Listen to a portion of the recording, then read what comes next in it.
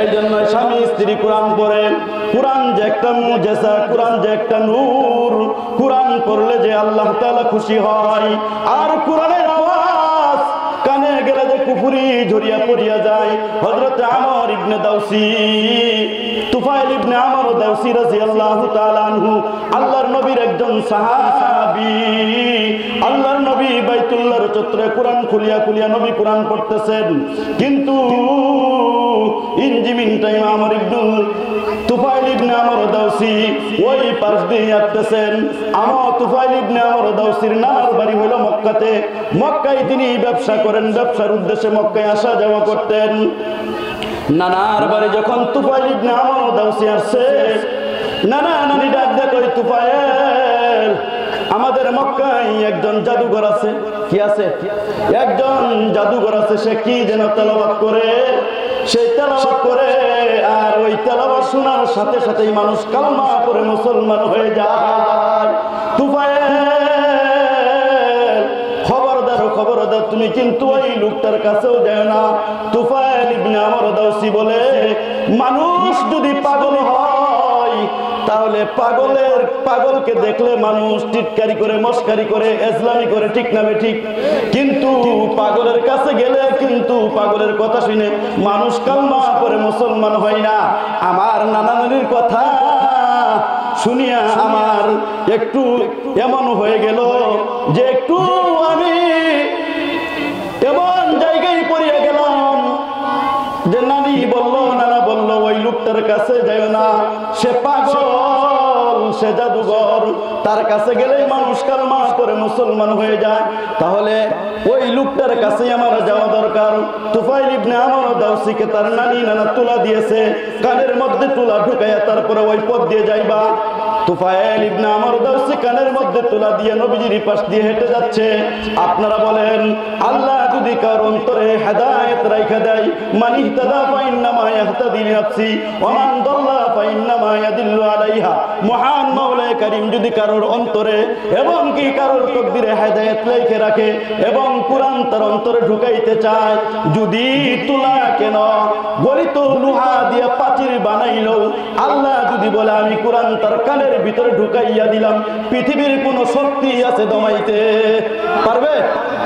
দমায় রাখতে পারবে? পারবে না। তুফাইল ইবনে আমর দাউসি এবার যখন তুলা দিছে, কিন্তু আল্লাহর নবী তেলাওয়াত করতেছে, ওই পাশ দিয়ে যাচ্ছে, হঠাৎ করে টেরা চোখ দিয়ে এক নজর তাকাইছে। এক নজর তাকানির সাথে সাথে, আসসালামু আলাইকুম ওয়া রাহমাতুল্লাহ। আচ্ছা আচ্ছা, আপনি ই করেন, মৌসাক দিয়ে ঢুকে পড়েন, মৌসাক দিয়ে। না, সফিপুরে আসেন, সফিপুরে আসেন, সফিপুরে আসেন। আচ্ছা আচ্ছা আচ্ছা, আসেন। আচ্ছা আচ্ছা আচ্ছা। তো তুফাইল ইবনে আমর দাউসি তেরা চোখে একটু তাকাইছে। তাকানির সাথে সাথে দেখে এত সুন্দর চেহারা দেখা যায়। পাগলের চেহারা তো এত সুন্দর থাকতে পারে না। এত সুন্দর চেহারা দেখা যায় যে চেহারা থেকে অপলক নেত্রে তুফাইল ইবনে আমর দাউসি তাকায় রয়েছে, তাকায় থাকতেছে। আর চেহারাটা এত আকর্ষণীয়, সুন্দর চেহারা, চাঁদ মাখা চেহারা। আমার নবীজির চেহারার দিকে তাকাইয়া বহু কাট্টা কাফের কালমা পড়ে মুসলমান হয়ে গেছে। এবার নবীজির চেহারার দিকে তাকাইয়া তুফাইল ইবনে আমর দাউসি আগাইতেছেন। আগাইতে আগাইতে আগাইতে আগাইতে নবীজির কাছে যায় বসছেন। আল্লাহর নবী তেলাওয়াত করতেছেন, ইয়াসিন ওয়াল কুরআনিল হাকীম ইন্নাকা লামিনাল মুরসালিন। আল্লাহর নবী সূরাতুল ইয়াসিনের তেলাওয়াত করতেছেন। তুফাইল ইবনে আমর দাউসি আপনারা যেমন এসে বসছেন, হাঁটুগের নামাজের সূরতে বসে পড়ছে। দীর্ঘক্ষণ পর্যন্ত আল্লাহর নবীর জবানের তেলাওয়াত তুফাইল ইবনে আমর দাউসি শুনেছেন।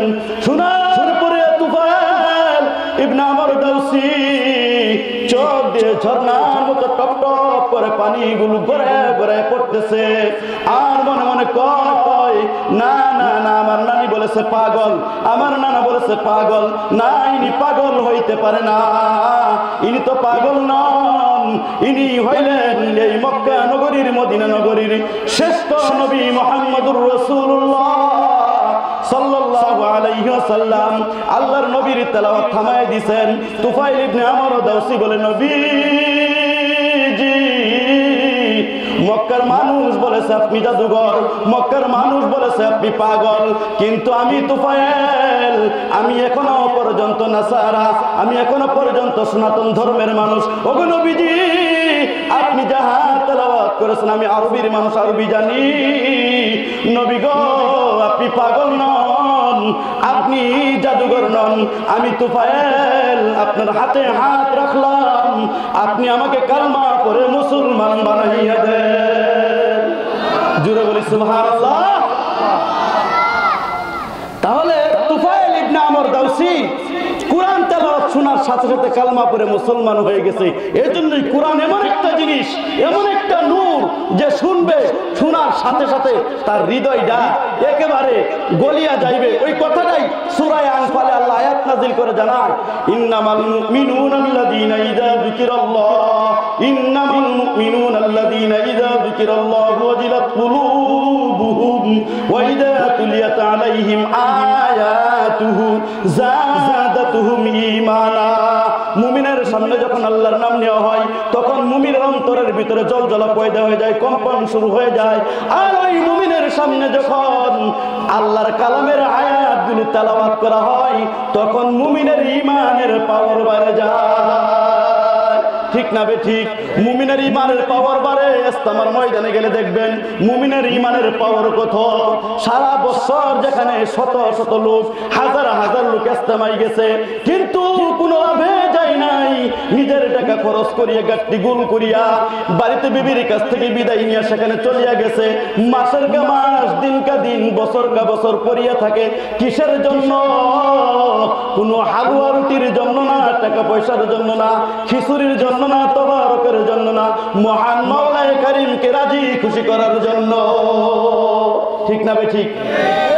এই জন্যই আল্লাহ পাক রব্বুল আলামিন বলেন, আল্লাহ পাক রব্বুল আলামিন বলেন, কোরআনকে আমি মানুষের জন্য সহজ করে দিয়েছি। এই কোরআন যারা ধরবে, কোরআন তাদের সুপারিশ করে জান্নাতে নিয়ে যাবে। স্বামী স্ত্রী দুইজন কোরআন পড়ে, স্বামী স্ত্রী দুইজন কোরআন পড়ে, কিন্তু স্বামী কোরআন পড়া জানে না, স্ত্রী কোরআন পড়া জানে। আমাদের সমাজে এমন মানুষ আছে, এমন মানুষ আমাদের সমাজে বসবাস করে যে বিবি কোরআন পড়া জানে, স্বামী কোরআন পড়া জানে না। আছে না নাই? আছে না? আছে। রমজান মাস হলে বিবিরে জিগায়, কই কত একটু ইয়ের দোয়াটা, ইফতারি দোয়াটা কি? আবার কয় সেহরি খাওয়ার পরে কয় আগামীকালকে নিয়ত করবো কেমনে, দোয়াটা একটু কয়ে দাও। কিন্তু স্ত্রী কোরআন পড়া জানে, স্বামী কোরআন পড়া জানে না। কিন্তু স্বামী যখন স্ত্রী কোরআন পড়ে, এই স্বামী হলো একটা দিন মজুর, সারাদিন পরের জমিতে কাজ করে, কিন্তু সন্ধ্যার সময় বিবি যখন কোরআন নিয়ে বসে তখন বিবির পাশে বসিয়া বসিয়া আল্লাহর কালামের তেলাওয়াত শুনে। নবী বলছে যারা তেলাওয়াত করবে, যারা তেলাওয়াত শুনবে, সমান সওয়াব আল্লাহ তাআলা তাদেরকে দান করবে। এখন স্বামী তো বসিয়া বসিয়া আল্লাহর কালামের তেলাওয়াত শুনে, বিবি হলো কোরআনের হাফেজা। বিবি কি? কোরআনের হাফেজা। এবার বিবি কোরআন পড়ে, স্বামী বসিয়া বসিয়া কোরআন পড়া শুনে আর আফসোস করে চোখের পানি গুলো সারিয়া সারিয়া কান্দে আর বলে, বিবি মনে বড় ব্যথা। উলামায়ে কেরামের জবান থেকে শুনেছি, কোরআন যারা ধরবে, কোরআন যারা মানবে, কোরআনের উপদেশ যারা গ্রহণ করবে, এ কোরআন হাসরের ময়দান সুপারিশ করিয়া তাদেরকে জান্নাতে নিয়ে যাবে। কিন্তু বিবিরে, হাসরের ময়দানে আল্লাহ বলবেন, আল্লাহর নবী বলেছেন, ইউকালু লিসাহিবিল কুরআন, এই সাহিবে কুরআন, ইকরা ওয়ারতাকি, তুমি পড়তে থাকো, তেলাওয়াত করতে থাকো। ইকরা ওয়ারতাকি ওয়ারাতিল কামা কুনতা তুরাতিলু ফিদ দুনিয়া ফাইন্না মানজিলাকা ইনদা আখিরি আয়াতিন তাকরাউহা। এই বান্দা তুমি কোরআন পড়ো, যেমন ভাবে দুনিয়ার জমিনে সুন্দর করে তেলাওয়াত করতে, আজকে সুন্দর করে আমার তেলাওয়াত, কোরআনের তেলাওয়াত করো আর জান্নাতের একটা করে সিঁড়ি অতিক্রম করতে থাকো। আপনারা বলেন কোরআনের আয়াত হলো 6666টা। কোরআনের আয়াত কয়টা? 6666টা। হাফেজে কোরআনকে, সাহেবে কোরআনকে বলবেন, আল্লাহর নবী বলেন হাসরের ময়দানে এক একটা করে আয়াত সাহেবে কোরআন, হাফেজে কোরআন পড়বে আর জান্নাতের সিঁড়িগুলো অতিক্রম করবে। যে হাফেজে কোরআন মুখস্থ করেছে, কোরআন পড়ছে, এক একটা করে আয়াত পড়বে আর 6666 তালা জান্নাতের মালিক হয়ে যাবে। বিবি কোরআন পড়ে, স্বামী আফসোস করে আর চোখের পানিগুলো সারিয়া সারিয়া কান্দে আর বলে, বিবি তুমি আমাকে কোরআন পড়া শিখাইয়া দাও, আমি আজ থেকে কোরআন পড়া শিখবো। আজ থেকে তুমি আমার বিবি নয়, তুমি আমার উস্তাদ, আমি তোমার শাগরেদ, আমি তোমার ছাত্র বনে যাব, তুমি আমার উস্তাদ বনে যাবে, তুমি আমাকে কোরআন শিখাইয়া দিবে, আমি তোমার কাছ থেকে কোরআন পড়া শিখবো। এবার স্বামী স্ত্রী দুইজন, স্ত্রী স্বামীকে কোরআন পড়া শিখায়। আল্লাহর কুদরতের কারিশমা, কোরআনের হরফ, আরবি হরফ হলো 29টা। কয়টা? 29টা হরফ আছে। এই আলিফ বা তা সা জিম হা খ দাল জাল র জা সিন শিন সাদ ত জ আইন গইন ফা কফ কাফ লাম মিম নুন ওয়া হামজা ইয়া ইয়া 29টা হরফ বিবি সুন্দর করিয়া মাখরাজ সহকারে সহি শুদ্ধ করে স্বামীকে শেখানো শুরু করে দিয়েছে। যেদিন 29টা হরফ শেখানো শেষ, আল্লাহ রব্বুল আলামিনের পক্ষ থেকে আল্লাহ ঘোষণা করে, আজরাইল যাও যাও, আমার বান্দার হায়াতের রশি ছিঁড়ে গেছে, তার রুহুটা কবজ করে আমার কাছে নিয়ে আসো। কি শিখছে? 29টা হরফ শিখা শেষ হয়ে গেছে যেদিন, ওই দিন আজরাইল আমিন হাজির হয়ে গেছে। এবার রুহুটা তো কবজ করে নিয়ে গেছে। সে ছিল, পেশাই ছিল দিন মজুর, পরের জমিতে কাজ করে কামলা, দিন মজুর, কিছু বুঝে না, অজ্ঞ গণ্ড মূর্খ মানুষ। কিন্তু বিবির কাছে সহযোগিতা নিয়ে 29টা হরফ শিখছে। যেদিন শিখা শেষ হয়ে গেছে, ওই দিন তার ইন্তেকাল হয়ে গেছে। এবার তাকে কবর দেওয়ার জন্য সুন্নত তরিকায় কবর দিবে, সুন্নত তরিকায় কাফন দিবে, সুন্নত তরিকায় দাফন করবে। এমন একজন আলেম সে এলাকায় খুঁজিয়ে পাওয়া যায় না।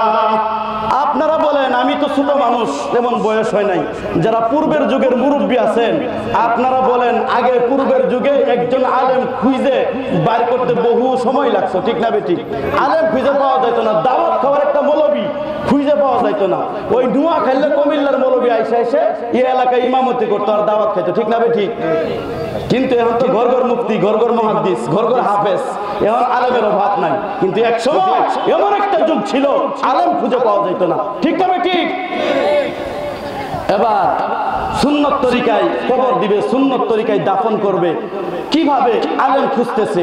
আল্লাহ পাক রব্বুল আলামিন এমন একজন জবরদস্ত আল্লাহর ওলিকে স্বপ্ন দেখাইতেছেন, এমন একজন ওলিকে যার নাম ইমাম গাজ্জালী রহমতুল্লাহি আলাইহি। বহু মানুষ ইমামের নাম জানেন, ইমাম গাজ্জালী রহমতুল্লাহি আলাইহি। আল্লাহ পাক রব্বুল আলামিন স্বপ্নে দেখাইতেছেন, ও ইমাম গাজ্জালী, রহমতপুর গ্রামে চলিয়া যাও, আমার একজন ওলির ইন্তেকাল হয়েছে, কিন্তু সুন্নত তরিকায় গোসল দেওয়া, কাফন করানোর মতো, সুন্নত তরিকায় কবর দেওয়ার মতো, দাফন করার মতো কোনো আলেম নাই। ইমাম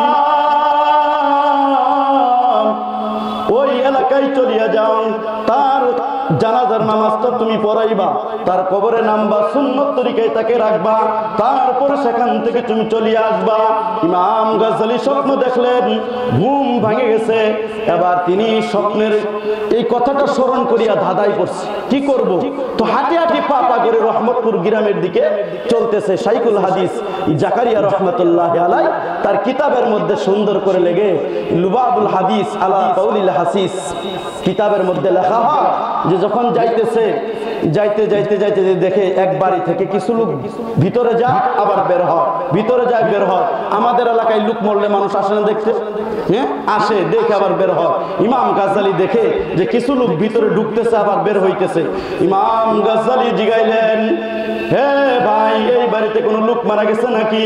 সকলেই বলে, হ্যাঁ, এই বাড়িতে একটা লোক মারা গেছে। লোকটা কি করতো? সকলেই রিপোর্ট দিয়েছে, লোকটা একটা ছিল দিন মজুর, নামাজ কালেমা ঠিক মতো পড়তো না, আল্লাহর কালাম ঠিক মতো পড়তো না, সে পরের জমিতে কাজ করিয়া করিয়া নিজের জীবিকা নির্বাহ করত। ইমাম গাজ্জালী বলেন, আল্লাহ তো স্বপ্নের মাধ্যমে বলছে আমার ওলি মারা গেছে, এলাকার মানুষ বলে দিন মজুর মারা গেছে। কথা দুইটা না? আল্লাহ কইছে ওলি মারা গেছে, এলাকার মানুষ কইছে দিন মজুর মারা গেছে, ঠিক না বেঠিক? এখন ইমাম গাজ্জালী ধাঁধাই পড়লেন, কি করা যায়?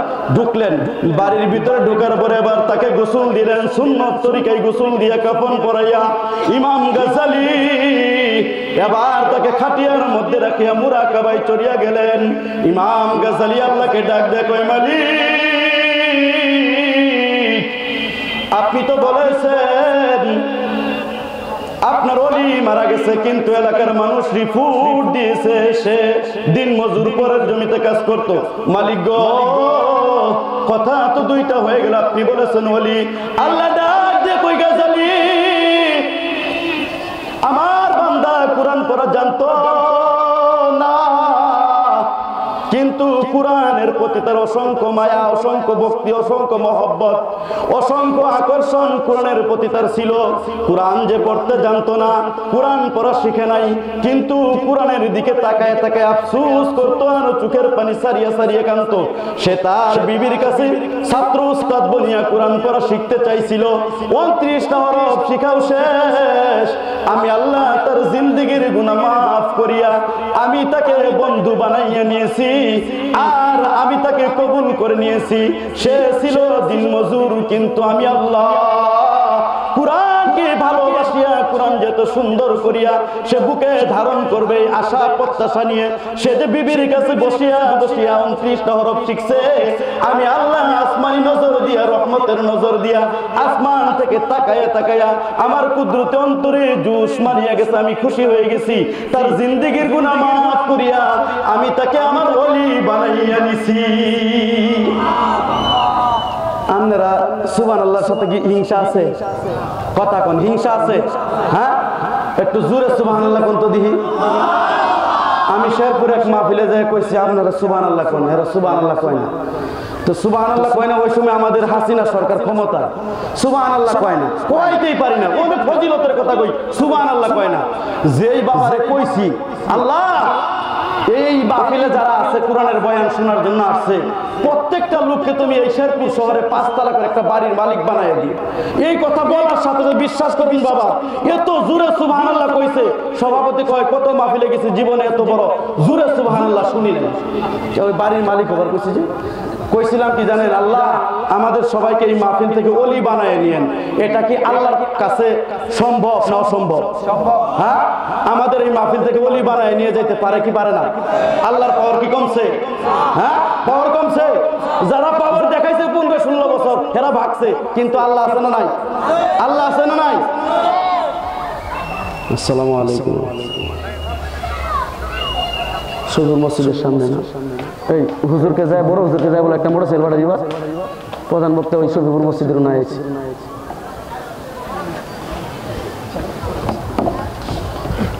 মাহফিলে খাওয়া দিলে দিয়ে ঘুরে অলি বানায় দেখ, অলি বানায় কথাটা কি খারাপ, ভালো না মন্দ? ভালো না, কিন্তু অলির কথা বলছি সুবহানাল্লাহ কেউ কয় না, এটা বুঝেই নেই অলি কারে কয়, এটা বুঝেই নেই। কিন্তু যেই কইছি 5 তলা বাড়ির মালিক বানায় দিও, এত জোরে সুবহানাল্লাহ কইছে, সভাপতিকে এত জোরে সুবহানাল্লাহ শুনে নিতে আপনারা কি এই ডক নাকি? হ্যাঁ, সুবহানাল্লাহ কইলে, সুবহানাল্লাহ জবান দিয়ে কইলে আপনার নামে, আমার নামে, আমার 14 গোষ্ঠী, আপনার 14 গোষ্ঠীর নামে আল্লাহর জান্নাতে একটা ফলের গাছ তৈরি হয়। এত বিশাল বড় ফলের গাছ মাওলানা তারিক জামিল সাহেব উনার সমগ্র বয়ান সংকলনের ভিতরে লেখে যে একটা সুবহানাল্লাহর গাছের ছায়া যদি একটা জঙ্গলি কাক 500 বছর পর্যন্ত দৌড়ায়, একটা সুবহানাল্লাহ গাছের ছায়া অতিক্রম করতে পারবে। 500 বছর পর্যন্ত যদি দৌড়ায়, তাহলে সুবহানাল্লাহ গাছটা কত বড় হবে, ছায়াটা কত বড় হবে। এই জন্য আমি বলতেছিলাম, এবার হায়াতের রশি ছিঁড়ে গেছে, সুন্দর করে কাফন টাফন পরায়া খাটিয়ে রাইখা এবার ইমাম গাজ্জালী রাহমাতুল্লাহি আলাইহি আল্লাহ পাকের কাছে জানলেন, এবার তার কবরে নামতেছেন। ইমাম গাজ্জালী রাহমাতুল্লাহি আলাইহি হুজ্জাতুল ইসলাম, যার নামের টাইটেল মুহাদ্দিসিনে কেরাম বলেন যে কবরের ভিতরে নামছে। কবরের ভিতরে নামার পরে নামার সাথে সাথে আমরা কবরের লাশ রাইখা বুকের ভিতরে হাত দিয়ে একটা দোয়া পড়ি, পড়ি কি পড়ি না? বিসমিল্লাহি ওয়া আলা মিল্লাতি রাসূলিল্লাহ। ইমাম গাজ্জালী রাহমাতুল্লাহি আলাইহি দোয়া পড়িয়া কবরের ভিতরে খালি শ্বাস নেয়, এত সুন্দর মেশক আম্বরের ঘ্রাণ পাওয়া যায়। ইমাম গাজ্জালী বলে, জীবনে কোনোদিন আমি ইমাম গাজ্জালী এত সুন্দর ঘ্রাণ আমার নাকে শোকে নাই। এত সুন্দর ঘ্রাণ কোথায় থেকে আসতেছে? সুন্দর করে লোকটাকে কবর দিয়া, এবার কবর কমপ্লিট করে কবরস্থ করার পরে ইমাম গাজ্জালী ডাক দিয়ে বলে, লাশের ওয়ারিশ কোথায়? 2 সন্তান সামনে আসছে। ইমাম গাজ্জালী জিগাইলেন, বাবা বলো বলো তোমার আব্বা কি আমল করতো?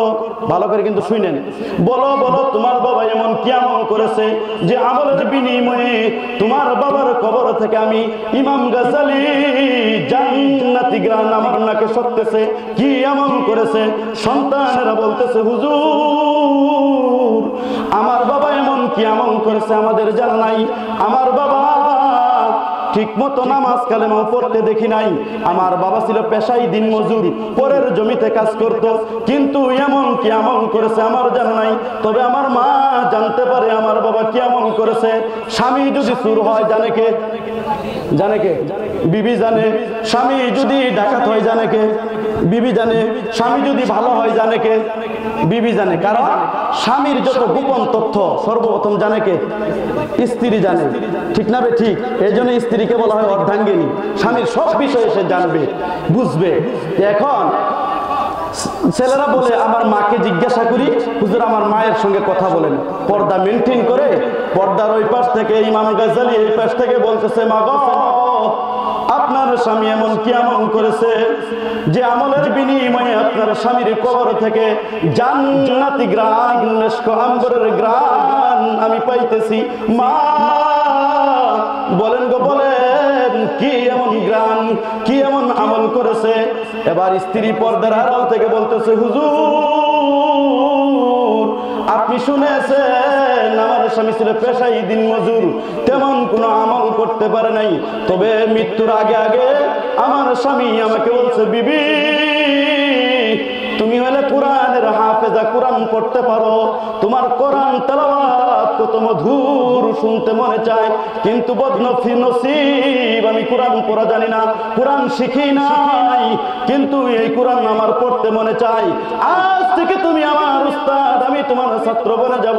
বিবি উলামায়ে কেরামের জবান থেকে শুনেছি নবী বলেছেন, মান জাআলাল কুরআন আমামাহু কাদাহু ইলাল জান্নাহ, যারা কোরআন পড়বে, কোরআন মাফিক আমল করবে, জিন্দেগি পরিচালিত করবে, কোরআন তাদেরকে সুপারিশ করে আল্লাহর জান্নাতে নিয়ে যাবে। বিবি মনে চায় কোরআন পড়তে, কিন্তু আমাকে কোরআন পড়া শিখাবা। হুজুর যেদিন থেকে আমি কোরআন পড়া শেখানো শুরু করে দিয়েছি ওই দিন থেকে আজকের দিন পর্যন্ত 29 দিন হয়ে গেছে। হুজুর 29টা হরফ আমার স্বামীর শেখাও শেষ, আর আমার স্বামী ইন্তেকাল করাও শেষ। ইমাম গাজ্জালী ডাক দেয়, কয় মা গো আপনার স্বামী যে কোরআন পড়া শিখে নাই, কিন্তু এই আফসোস নেই, ভারাক্রান্ত মন নিয়া সে আফসোস করছে আর কোরআনকে সম্মান করছে, আবেগ দেখাইছে। আল্লাহ পাক আবেগটাকেও কবুল করে। ইয়া আইয়ুহাল্লাযীনা আমানু ওয়াবতাগু ইলাইহিল ওয়াসিলা, আল্লাহ তাআলা বলেন বান্দা দুনিয়ার জমিনে ওসিলা খুঁজো মা পাওয়ার জন্য, হাসরের ময়দানে জান্নাতে যাওয়ার জন্য। বান্দা তুমি ওসিলা খুঁজো।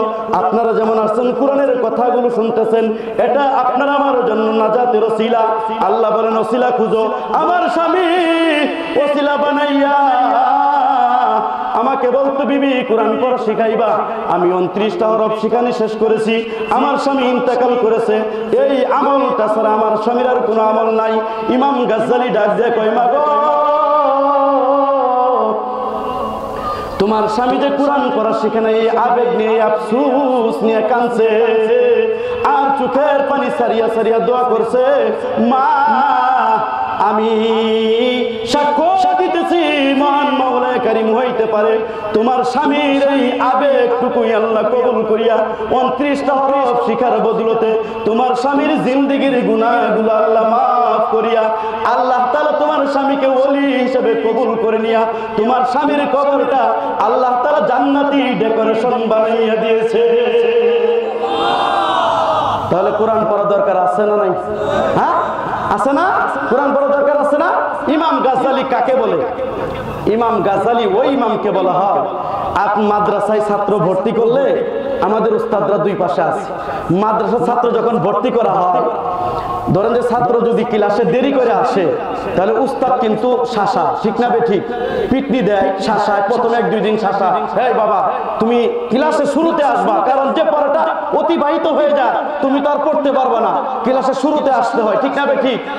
এখন ইমাম গাজ্জালী রহমতুল্লাহ আলাইহি খালি দেরি করে আসে, জালালউদ্দিন সুয়ুতী রহমাতুল্লাহ আলাইহি লুবাবুল হাদিস ফি কওলিল হাসিস কিতাবের মধ্যে লেখা হয় যে ইমাম গাজ্জালী খালি দেরি করে আসে, তো উস্তাদ দেখে যে খালি পায়ে আসে আর এই ছাত্রটা খালি দেরি করে আসে, তো দেরি করে আসে, কিরে বাবা তুমি কি আগে আসতে পারো না?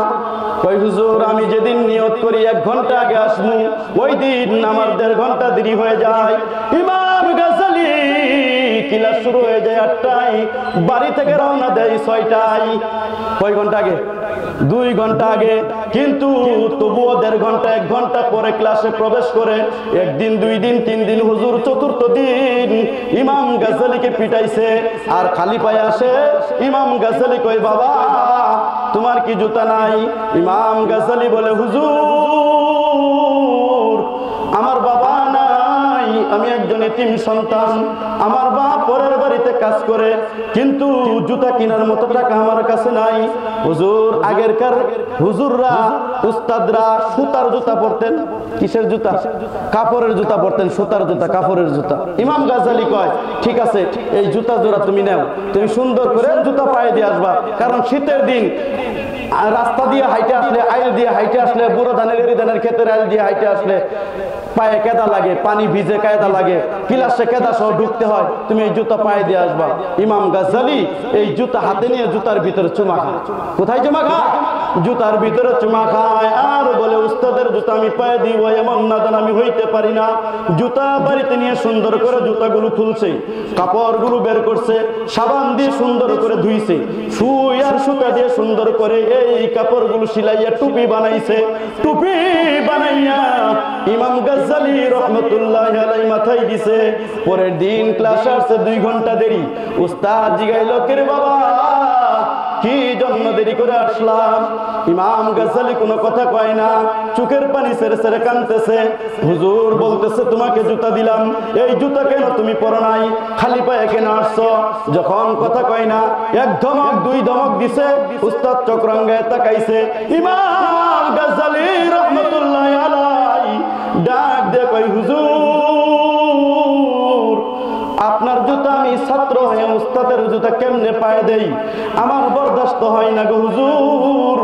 আপনার জুতাগুলো আমি খুলিয়া কাপড়গুলো বের করে সাবান দিয়ে সুন্দর করে ধুইয়া আমার মাকে দিছি, সুই আর সুতা দিয়ে সেলাই করিয়া টুপি বানাইয়া হুজুর মাথায় দিয়ে আসছি।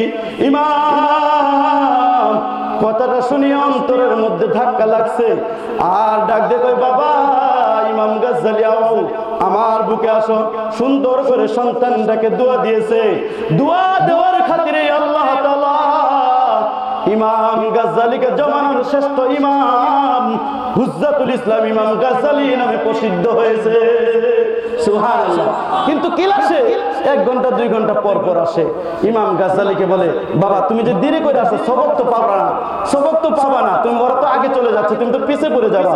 ইমাম গাজ্জালী কয় হুজুর আমি 1 ঘন্টা 2 ঘন্টা আগে রওনা দেই, তবুও পিছনে পড়ে যাই, তবে এর একটা কারণ আছে। কি কারণ? কারণটা হইল হুজুর আমি যখন আমার বাড়ি থেকে রওনা হয়ে যাই, হুজুর কুরআন আর কিতাব বুকে লইয়া যখন আমি রাস্তায় বের হয়ে যাই, হুজুর আমি তাকাইয়া দেখি রাস্তার ভিতরে অসংখ্য অগণিত হাজার হাজার পাখিগুলো তাদের ডানাগুলো বিছাইয়া দিছে। হুজুর এতগুলো পাখি রাস্তার মধ্যে ডানা বিছাইয়া দিছে আমার সামনে, আমি পাখির উপরে পাড়া দিয়া কেমনে আমি আমার দর্শে চলে আসব?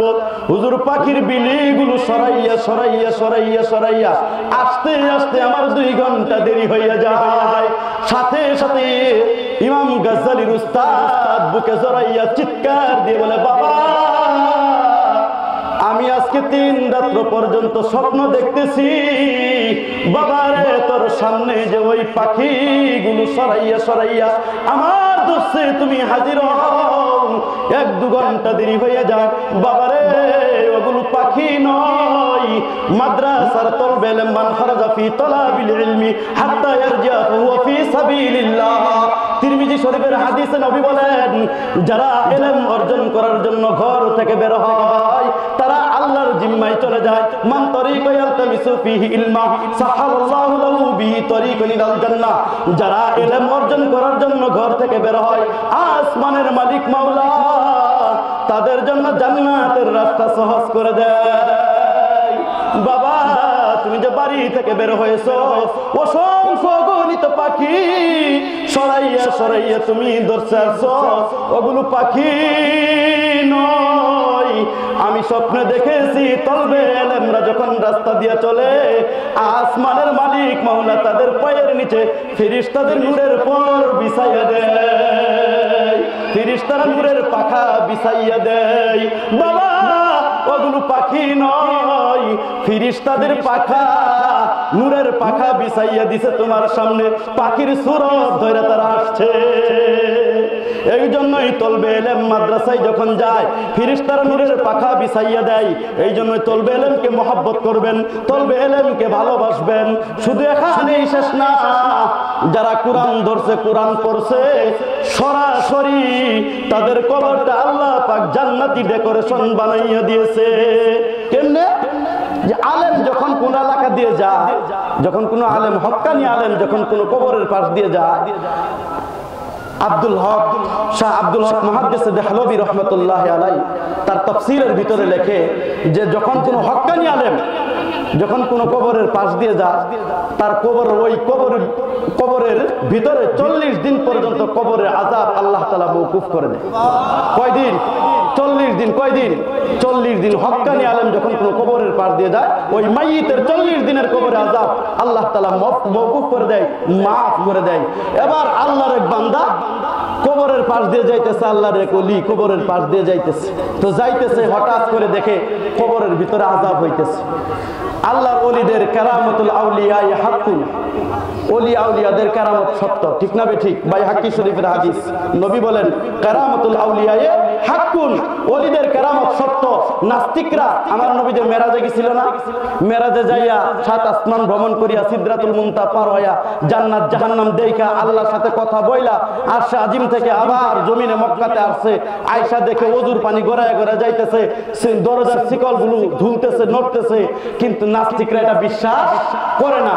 আমার আল্লাহ যদি সেকেন্ডের মধ্যে আমার নবীকে এই হাতিমে কাবা থেকে 7 আসমান ভ্রমণ করে সিদরাতুল মুনতাহা পার করায় যদি আল্লাহর বাড়ি নিয়ে যাইতে পারে, ওই আল্লাহর ক্ষমতা এমন আছে যে তার মাহবুব বান্দাকেও কবরের আযাব সচক্ষে দেখাইতে পারে, ঠিক না ঠিক? ঠিক না ঠিক?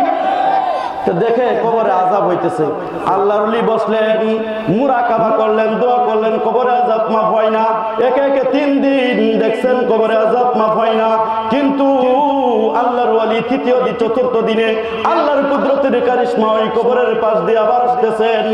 আসার পথে দেখে মুরাকাবা করিয়া দেখে এই কবরের ভিতরে আযাব নাই, কবরস্থানের সকল কবরের ভিতরে শান্তি আর শান্তি। আল্লাহ পাক রব্বুল আলামিন কবরগুলোকে জান্নাতি ডেকোরেশন বানাইয়া দিয়েছে, প্রত্যেকটা কবরে শান্তি আর শান্তি।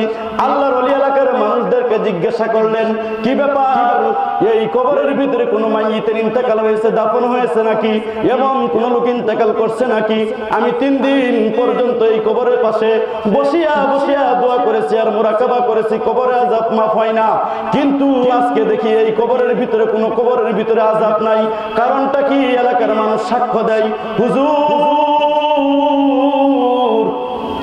গত 3 দিন পূর্বে আজকে চতুর্থ দিন, 3 দিনের মাথায় আমাদের গ্রামে একজন হাবেজ সাহেব বয়োবৃদ্ধ হয়ে গেছে, কিন্তু তিনি কোরআনের হাফেজ ছিলেন, মাদ্রাসায় পড়াইতেন, ছাত্রদেরকে ইলম শিখাইছেন। আজকে তার ইন্তেকাল হয়ে গেছে, আমরা সুন্দর করে গোসল দিয়ে আমরা তাকে এই কবরস্থানে দাফন করেছি। আল্লাহর ওলি ডাক দে কই বাবা, এজন্যই আল্লাহ পাক আসমানের মালিক মাওলা হাফেজ সাহেবকে এই কবরস্থানে দাফন করার সাথে সাথে কোরআনের খাতিরে, কোরআনে হাফেজের খাতিরে কবরের সমস্ত মাইয়িতের আযাবগুলো আল্লাহ মাফ করে দিয়েছে। এই জন্য যেখানে উলামায়ে কেরাম শোয় ওই কবরস্থানে শোয়া ভালো, ঠিক না ঠিক? ফ্যান এখানে ছাড়ছে, বাতাস কি চতুর্দিকে ছড়ায় না? চতুর্দিকে ছড়ায় না? তাহলে বড় কবরস্থান আমাদের সমাজে কিন্তু ঘর ঘর কবর দেয়, ঠিক না ঠিক?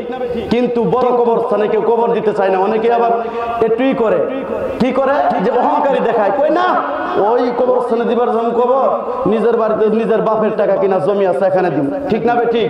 কিন্তু বাজার একটা ফ্যান চাললে চতুর্দিকে বাতাস যেমন ছড়ায়, আলু জ্বালাইলে লাইটের আলো যেমন চতুর্দিকে ছড়াইয়া যায়, একজন হাফেজ কুরআন, একজন আলেম যখন কোন কবরস্থানে শয়, তখন ওই হাফেজ আলেমের খাতিরে আল্লাহ তাআলা সমস্ত মাইতের কবরের আযাবগুলো মাফ করে দেয়। এই জন্য উলামায়ে কেরামের পাশে শুইবেন। আল্লাহর বান্দা তো কবরে শুইছে। তাফসীর আহকামুল কুরআনের ভিতরে ওয়াইদা তুলিয়াত আলাইহিম আয়াতুহু যাদাতুহুম ঈমানা, মুমিনের সামনে কোরআন তেলাওয়াত করলে মুমিনের ঈমানের ইসপিহা বাড়িয়া যায়, ঈমান বাড়িয়া যায়। আল্লাহর বান্দা তেলাওয়াত করে, কিন্তু তাফসীরের কিতাবে তাফসীর আহকামুল কুরআনের ভিতরে মুহাদ্দিসিন লেখেন, মুফাসসিরিন লেখেন যে আল্লাহ বলি ইয়ামানের এক জঙ্গলের ভিতরে খাস জমি, জঙ্গল চতুর্দিকে জঙ্গল, এই খাস জমির ভিতরে জঙ্গলের ভিতরে স্বামী স্ত্রীর বসবাস, ফ্যামিলি মেম্বার হলো 4 জন, 2টা ছোট্ট ছোট্ট ছেলে আর স্বামী স্ত্রী তারা 2 জন, এই 4 জনে বসবাস করে। কিন্তু হঠাৎ করে আল্লাহর বান্দায় স্বপ্ন দেখতেছে যে কে যেন স্বপ্নের ভিতরে তাকে ডাকতেছে যে আয় আয় বান্দা আয়, আমার কাছে চলি আয়, আমার কাছে চলি আয়। স্বপ্ন দেখি আল্লাহর বান্দা জিগায়, ঘুম ভাঙে গেছে, বিবির কাছে জিজ্ঞাসা করতেছে, বিবি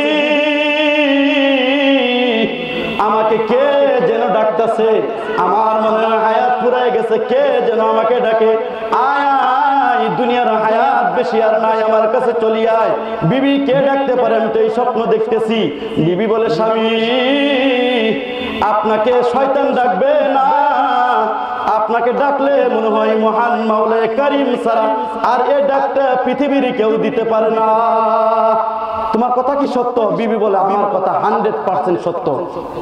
আপনি যে আমলদার, আপনি যে আল্লাহর ওলি, আপনাকে আল্লাহ ছাড়া পৃথিবীর কেউ আর ডাকতে পারে না।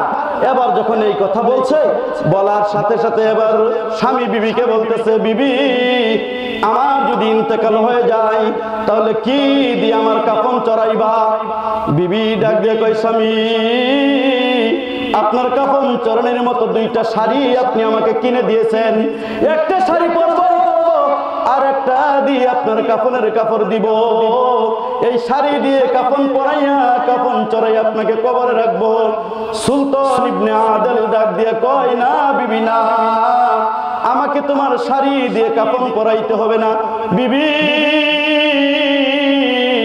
আমার যদি ইন্তেকাল হয়ে যায় তাহলে আমাকে আমার জুব্বা দিয়ে তুমি মাথার মধ্যে বান্ধিয়া সুন্দর করে মাথা থেকে পায়ের দিকে নিয়ে যাবা। যদি জুব্বা দিয়ে কাফন পুরাটা না হয় তাহলে যে জায়গাটুকু খালি থাকে লতা পাতা দিয়া সুন্দর করে গাছের পাতা দিয়ে ঢাকিয়া দিবা, দিয়ে আমাকে কবরস্থ করবা। স্ত্রীর সঙ্গে স্বামী কমিটমেন্ট করিয়া কথা পাকাভুক্ত করিয়া স্বামী এবার তাহাজ্জুদের নামাজ পড়ছে, নামাজ পড়িয়া আল্লাহর বান্দা ঘুমাইছে। ঘুমানোর সাথে সাথে মাসুকে হাকিকি আল্লাহর বান্দা আল্লাহর কাছে চলিয়া গেছে, ইন্তেকাল হয়ে গেছে। এবার ইন্তেকালের পরে বিবি আবার ডাক দিয়ে সন্তান 2টা ছোট্ট ছোট্ট বাচ্চা বললেন, তোমরা যাও এই পাহাড় থেকে নামিয়া সমতল এলাকায় যাও, যাইয়া মসজিদের ইমাম সাহেবকে বলবা, গো ইমাম সাহেব হুজুর আমার বাবা সুলতান ইবনে আদলের ইন্তেকাল হয়ে গেছে, যদি মেহেরবানি করে যান জানাজা পড়াই আমার বাবাকে দাফন করতে হবে। কিন্তু রাত্র গভীর, পাহাড়ি এলাকায় কেউ যাইতে চায় না। ইমাম সাহেব ডাক দিয়ে কই, বাজান তোমরা যাও, সকালবেলা আমি যাব। কিন্তু সন্তান 2টা ডাক দিয়ে কই, না না না, আমার বাবা আমার মায়ের কাছে ওসিয়ত করে গেছে, বাবা যদি রাত্রে ইন্তেকাল করে রাত্রের ভিতরে বাবাকে দাফন করার জন্য বলছে, দিনের জন্য রাখতে নিষেধ করে দিয়েছে। হুজুর আপনি যদি না যান তাহলে আমাদের চলে যাইতে হবে। ইমাম সাহেব বলে, সকালবেলা যাব। সন্তান 2টা দৌড় দিয়ে মায়ের কাছে গেছে, মা হুজুরকে রিকোয়েস্ট করেছি, হুজুর আসতে চাই না, সকালবেলা আসবে। মা গো এখন আমার বাবাকে কিভাবে কে জানাজা পড়াবে, কে দাফন করবে? সুলতান ইবনে আদলের বিবি 2 সন্তানকে 2 হাতে 2 পাশে লইয়া পাহাড়ের উঁচা একটা টিলার উপরে দাঁড়াইয়া আসমানের দিকে মাথা উঁচু করিয়া ডাক দিয়ে বলে, আল্লাহ কদ মাতা সুলতান ইবনে আদল, আল্লাহ তোমার বান্দা সুলতান ইবনে আদলের ইন্তেকাল হয়ে গেছে। মালিক তোমার বান্দার জিন্দেগির 2 রাকাত নামাজও যদি তোমার কাছে কবুল হয়ে যায়, আল্লাহ মেহেরবানি মেহরবানি করে তোমার আসমানি ফয়সালাই আসমানের ফেরেশতা দিয়া হইল আমার স্বামীর জানাজা এবং কাফন দাফনের ব্যবস্থা করে দাও। এ কথা যখন বিবি বলছে পাহাড়ের উঁচা টিলার উপরে দাঁড়ায়া আসমানের দিকে তাকায়া আসমানের মালিক সাথে সাথে সুলতান ইবনে আদিলের বিবির জবানের কথাটা ডাইরেক্ট কবুল করে ফেলেছে। কবুল করার সাথে সাথে আল্লাহ তাআলা ওই যে বলছিলাম কারামাতুল আউলিয়া হাক্কুন, ওলিদের কারামত সত্য। এবার আল্লাহর বান্দা আল্লাহর বান্দি যখন বলছে আল্লাহ রাব্বুল আলামিন সাথে সাথে একজন ফেরেশতাকে মানুষের সুরত দিয়া বাগদাদে পাঠাইয়া দিছে। এই বাগদাদের জুনাইদ বাগদাদি রহমাতুল্লাহি আলাইহি বহুত বড় আলেম ছিলেন, আল্লাহর ওলি ছিলেন জুনাইদ। জুনাইদ বাগদাদির কাছে আয়েশা জিজ্ঞাসা, হুজুর কই যান? কই দাওয়াতের কাজে যাই। সঙ্গে কে? কই সঙ্গে আমার মুরিদান আছে 11 জন, আমি সহ 12 জন। কয় আল্লাহ তাআলা হুকুম করেছে আপনাকে এখন ইয়ামান যাইতে হবে, ইয়ামানের জঙ্গলের ভিতরে যাইতে হবে।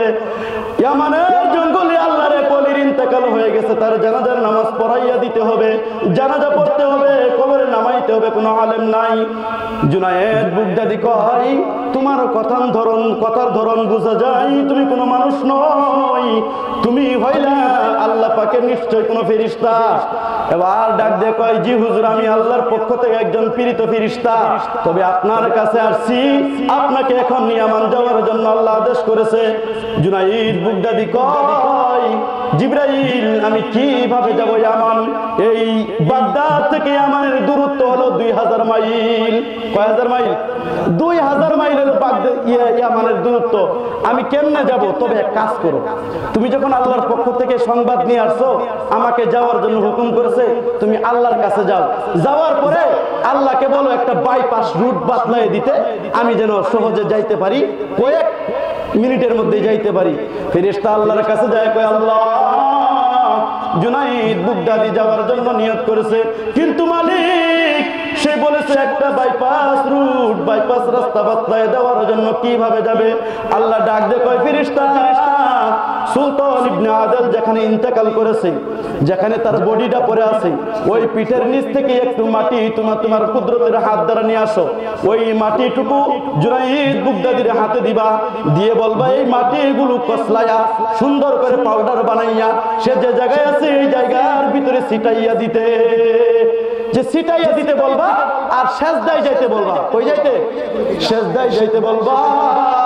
যখন সে সেজদায় চলিয়া যাবে, 3 বার সুবহান রাব্বিয়াল আলা, 3 বার সুবহান রাব্বিয়াল আলা সময় পর্যন্ত সেখানে বসবে। বসার সাথে সাথে আসমানি ফয়সালা আমি আল্লাহ আসমান থেকে করব। মাটি নিয়ে আসছে, মাটি নিয়ে এসে জুনাইদ বাগদাদির হাতে দিছে। দেওয়ার সাথে সাথে মাটি সুন্দর করে কসলায়া পাউডার বানায়া জুনাইদ বাগদাদি যেখানে জারায় আছে সেখানে ছিটাইয়া দিছে। আল্লাহ হুকুম করছে সেখানে সেজদায় পড়ে যাইতে বলবা। যখন জুনাইদ বাগদাদি সেখানে সেজদায় গেছে, সেজদায় যাইতে 3 বার সুবহান রাব্বিয়াল আলা, 3 বার সুবহান রাব্বিয়াল আলা, 3 বার সুবহান রাব্বিয়াল আলা বলতে কতক্ষণ সময় লাগছে? 1 মিনিট কি লাগছে? 1 মিনিট কিন্তু লাগে নাই। এই 1 মিনিটের ভিতরে আসমানের মালিক মাওলা সুলতান জুনাইদ বাগদাদিকে সেই বাগদাদ থেকে আল্লাহ তাআলা 2000 মাইল পথ পার করিয়া সেই ইয়ামানের জঙ্গলে পৌঁছাইয়া দিয়েছে। কে করছে? কে করছে? আল্লাহ। হাতুরান হাতুরান জোরে বলেন নারায়ে তাকবীর, নারায়ে তাকবীর। কুরআন সুন্নাহর আলো, আল হাদিসের আলো, উলামায়ে কেরাম যেখানে, গাঞ্জাখুররা যেখানে, মদখুররা যেখানে, মদখুররা যেখানে, জুয়াখুররা যেখানে, জেনাখুররা যেখানে, নারায়ে তাকবীর। কার কার ঘুম ধরছে একটু টেস্ট করলাম, বুঝেন কথাটা? ঘুমায় না, অল্প সময় আছে, শেষ করে দিব, কথা গুছাই নিয়ে আসতেছে। সুলতান ইবনে আদিল ইন্তেকাল তো হয়ে গেছে। জুনাইদ বাগদাদি আবার যখন সেজদায় পড়ে গেছে, মিনিটের মধ্যে 3 বার সুবহানাল্লাহ বলার সময়, এই সময়ের ভিতরে আসমানের মালিক আল্লাহ বাগদাদ থেকে ইয়ামানের জঙ্গলের ভিতরে পৌঁছাইয়া দিয়েছে। এবার ইয়ামানের জঙ্গলে যাইয়া দেখে দুইটা সন্তান, পাশে একজন নারী বসিয়া বসিয়া কাঁদতেছে। জুনাইদ বুগদাদি বলে, মাগো পর্দা মেনটেন করতে হয়, তুমি একটু দূরে সরিয়া যাও। মহিলা যখন দূরে সরিয়া গেছে, সুলতান ইবনে আদেলের দুইটা সন্তান বসিয়া বসিয়া কাঁদতেছে। সন্তান দুইটাকে সুন্দর করে আদর করলেন, এবার সুন্দর করে মাইয়িতকে গোসল দিলেন। গোসল দেওয়ার পরে কাফন কিভাবে চড়াবে? ওই যে 11 জন মুরিদ আর সুলতান ইবনে আদেল, এই 12 জন মাথার পাগড়ি সুলতান ইবনে আদেল টান দিয়ে খুলছে, পাগড়ি দিয়ে কাফন চড়াইবে। কিন্তু জুনাইদ বুগদাদির পাগড়ি খোলা দেখিয়া বাকি 11 জন ডাক দিয়ে বলে, হুজুর আপনার পাগড়ি খোলার দরকার নাই, আমাদের পাগড়ি গুলো খুলিয়া দেই, আমাদের পাগড়ি দিয়ে কাফন চড়াইয়া দেন। কিন্তু জুনাইদ বুগদাদি পাগড়ি খুলছে, বাকি 11 জন মুরিদ যখন পাগড়ি খুলছে, জুনাইদ বুগদাদিকে এত পাগড়ি তো লাগবে না, এত পাগড়ি দিয়ে কি করব?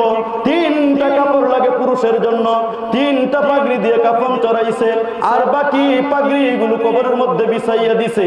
দিয়ে এবার যখন লাশ নিয়ে জানাজার নামাজ পড়াবে, ইনজিমিন টাইমে যখন লাশ সামনে নিয়ে জুনাইদ আল্লাহর ওলি যখন আল্লাহু আকবার বলবে বলবে এমন নিয়ত করছে, পিছন থেকে কে যেন ডাক দিয়ে কয়, জুনাইদ থাম, জানাজার নামাজ পড়াইস না, এখনো সময়, আসমানের মালিকের পক্ষ থেকে এখনো সময় হয় নাই। জুনাইদ এই যে ব্যাগটা আছে, এই ব্যাগটা তোকে দিলাম, ব্যাগের ভিতরে কাপড় আছে, এই কাপড় দিয়ে তার কাফন চড়াইয়া দাও। জুনাইদ বুগদাদি ডাক দিয়ে কয়, আপনি কে, নাম কি আপনার? কই আমার পরিচয় পরে আগে তুই কাফন চড়াও। কই হুজুর আমি তো মাথার পাগড়ি দিয়ে কাফন চড়াইছি। আল্লাহর বান্দা ডাক দিয়ে কই, জুনাইদ এ কাপড় কিন্তু দুনিয়ার বাজারের মার্কেটের কাপড় না, আসমানের মালিকের পক্ষ থেকে কাপড় দেওয়া, মালিকের অর্ডারে কাফন দিয়ে, এই কাপড় দিয়ে কাফন চড়াইয়া দাও। কাফন চড়াইছে, কাফন চড়ানোর পরে এবার ডাক দে কয়, জুনাইদ যদি মনে কিছু না নাও, আল্লাহর একটা বাণী তোমার কাছে পৌঁছাইয়া দেই। হুজুর বলেন কি বাণী আমার কাছে পৌঁছাইয়া দিবেন? জুনাইদ আসমানের মালিক আল্লাহ হুকুম করেছে আমাকে জানাজার নামাজটা পড়াইয়া দেওয়ার জন্য। জুনাইদ বুগদাদি কয়, না না হুজুর মনে কোনো দুঃখ নাই, আপনি জানাজার নামাজ পড়ান। জানাজার নামাজ সামনে দিয়েছে, সামনে দেওয়ার পরে জুনাইদ বুগদাদি পিছনে আসছে। জুনাইদ বুগদাদি 11 জন মুরিদ হইল 12 জন, আর যিনি জানাজার নামাজ পড়াবে তিনি সহ কত? 13 জন। কজন? 13 জন। জুনাইদ বুগদাদি তাকে দিয়ে ইমামকে সামনে দিয়ে পিছনে যখন দাঁড়াইছে, আল্লাহর বান্দা জানাজার 4 তাকবীর দিয়া জানাজার নামাজ পড়াইতেছেন, জুরে জুরে তাকবীর গুলো মারতেছেন। 4 তাকবীরে জানাজার নামাজ পড়াই আসসালামু আলাইকুম ওয়া রাহমাতুল্লাহ, আসসালামু আলাইকুম ওয়া রাহমাতুল্লাহ সালাম দিয়ে কমপ্লিট করেছে, জানাজার নামাজ পড়াইয়া দিছে। এবার লোকটা ডাক দিয়ে কয়, জুনাইদ তুই একার সুন্দর করিয়া তুমি তাকে কবরে নামাইবা, সুন্দর কবরস্থ করার পরে এই ব্যাগটা বিধবা নারীর কাছে দিবা, সুলতান ইবনে আদেলের বিবির কাছে দিয়ে বলবা যে আল্লাহ তাআলা এক পক্ষ থেকে এখানে 12,000 স্বর্ণ মুদ্রা আছে, এই 12,000 স্বর্ণ মুদ্রা গুলো এই ব্যাগের ভিতরে আছে, এখান থেকে নিবে আর খরচ করবে, জীবনে কোনোদিন ব্যাগের টাকা ফুরাবে না। তবে খবরদার খবরদার টাকাগুলো যেন মাটিতে না নামায়, এই কথা বলছে। বলার পরে এবার এই লোকটা জানাজার ময়দান থেকে যাইতেছে, জুনাইদ খপ করে কাপড়ের মধ্যে ধরছে, ধরার পরে বলতেছে, হুজুর আপনি কে বলেন? আপনি জানাজার নামাজ পড়াই, আপনি পড়াই আপনি যাইতে চান, কে আপনি বলেন? এবার লোকটা রাগ দিয়ে কয়, জুনাইদ আমার পরিচয় সব জায়গায় দেওয়া যায় না, নিষেধ, তবে জুনাইদ তুমি যখন আমার পরিচয় জানতে চাও তোমার কানটা আমার মুখের কাছে নিয়ে আসো। জুনাইদ বুগদাদি যখন আল্লাহর বান্দার মুখের কাছে কানটা লয়ে গেছে, এবার কানে কানে কয়, জুনাইদ আমি হইলাম মানুষে আমাকে ডাকে খিজির আলাইহিস সালাতু ওয়াস সালাম বলিয়া বলিয়া ডাকে, আমি আল্লাহর পয়গম্বর, আমি আল্লাহর পয়গম্বর খিজির আলাইহিস সালাম। জুরে সুবহানাল্লাহ, জুরে গো খিজির আপনারা কোন খিজির আলাইহিস সালাম, খিজির আলাইহিস সালাম নাম হলো খাজির। নাম কি? খাজির। খাজরুন শব্দের অর্থ সবুজ। তো খাজির আলাইহিস সালাম, এই খাজির আলাইহিস সালাতু ওয়াস সালাম জুনাইদ আমাকে খাজির খিজির বলিয়া বলিয়া লোকজনে ডাকে। আবার জুনাইদ বুগদাদি কয়, হায় রে আল্লাহর ওলি সুলতান ইবনে আদিলের কপাল বড় ভালো, যেই আল্লাহর মনোনীত একজন পয়গম্বর খিজির আলাইহিস সালাম। প্রসিদ্ধ রওয়ায়েতে খিজির আলাইহিস সালাম কিন্তু নবী না, ওলি। খিজির আলাইহিস সালাম কি? ওলি, প্রসিদ্ধ রওয়ায়েতে। কিন্তু খিজির আলাইহিস সালাম যার জানাজায় হাজির হয়। এবার জুনাইদ বুগদাদি কয়, হুজুর আপনার কাছে আমার কোনো কথা নাই, তবে একটা প্রশ্ন আছে। জুনাইদ বুগদাদি বলে, কি প্রশ্ন? লোকটা ডাক খিজির আলাইহিস সালাম বলে, জুনাইদ কি প্রশ্ন? জুনাইদ বুগদাদি ডাক দিয়ে কয়, হুজুর 12 জন মুসল্লি লয় আপনি ইমাম হইয়া জানাজার নামাজ পড়াইলেন। 12 জন লোকের মধ্যে যদি মুসল্লি নিয়ে জানাজার নামাজ পড়ান, আস্তে আস্তে তাকবীর দিলেও তো চলে, কিন্তু এত জোরে জোরে তাকবীর দিলেন যে তাকবীরের আওয়াজ এই জঙ্গল পেরিয়ে সমতল এলাকায় চলিয়া গেছে। হুজুর এত জোরে জোরে তাকবীর কি জন্য দিলেন? জুনাইদ বুগদাদিকে ডাক দিয়ে কয়, খিজির আলাইহিস সালাম বলতেছে, জুনাইদ আমি যে তাকবীর দিয়েছি আমার পিছনে তোমরা 12 জন নয়, আল্লাহ তাআলার কুদরতের আসমানের নূরের তৈরি 12 লক্ষ ফেরেশতা আমার পিছনে মুসল্লি বানাইয়া দিয়েছে। আমি জুনাইদ জুরে জুরে তাকবীর দিয়া 12 লক্ষ মুসল্লির কানে কানে তাকবীরের আওয়াজটা পৌঁছাইয়ে দিয়েছি। তাফসীরে আহকামুল কুরআন লেখে যে এবার সুন্দর করে জুনাইদ বুগদাদি কয়, খিজির আলাইহিস সালাম বলতেছে, জুনাইদ আমি তাহলে যাই, তুমি আবার এই ব্যাগটা বিধবা নারীর হাতে দিও।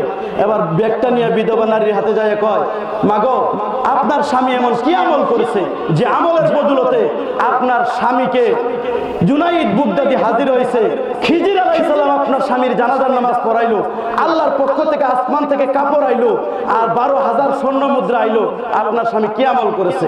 এবার বিবি বলতেছে, আমার স্বামী তেমন কোনো আমল করতে পারে নাই, তবে 4টা আমল করছে। কয় আমল?